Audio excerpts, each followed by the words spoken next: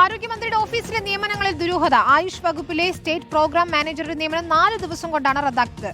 Doctor R രജികുമാറിനെ മാറ്റി doctor Anil S കെയാണ് നിയമിച്ചത്. ഉദ്യോഗസ്ഥന് അസൗകര്യമുള്ളതുകൊണ്ടാണ് നിയമനം റദ്ദാക്കിയതെന്നായിരുന്നു മന്ത്രിയുടെ വിശദീകരണം. എന്നാൽ മന്ത്രിയുടെ വാദം തള്ളി ഉദ്യോഗസ്ഥൻ SPM തസ്തികയിലേക്ക് അങ്ങോട്ട് അപേക്ഷിക്കുകയായിരുന്നു എന്നതിന്റെ തെളിവുകൾ പുറത്തുവന്നു. ആയുഷ് വകുപ്പിന് കീഴിൽ ഹോമിയോപ്പതി സ്റ്റേറ്റ് പ്രോഗ്രാം മാനേജറായി ജൂൺ 26-നാണ് ഡോക്ടർ ആർ രജികുമാറിനെ നിയമിച്ചത്.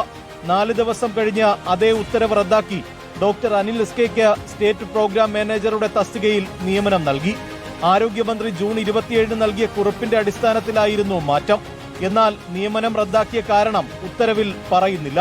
നിയമന ഉത്തരവിലെ ദുരൂഹത ആരോഗ്യമന്ത്രിയോട് ചോദിച്ചപ്പോൾ ലഭിച്ച മറുപടി ഇങ്ങനെ: ചില ആളുകളെ വെക്കുന്ന സമയത്ത് അവർക്ക് ചില അസൗകര്യങ്ങൾ വരും. നമ്മൾ സീനിയോറിറ്റിയൊക്കെ നോക്കിയിട്ടാണ് വെക്കാറ്. ചിലപ്പോൾ അവർക്ക് അസൗകര്യം വരും.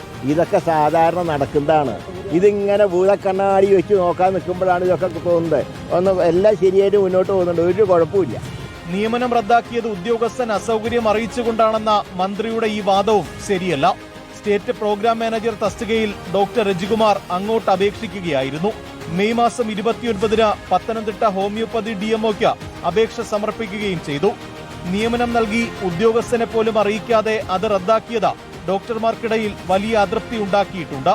ഡോക്ടറുടെ മനോവീര്യം തകർക്കുന്ന നടപടിയാണ് ആരോഗ്യമന്ത്രിയുടെ ഭാഗത്തു നിന്നുണ്ടായതെന്നാണ് വിമർശനം. MG Pratheesh, reporter, Thiruvananthapuram.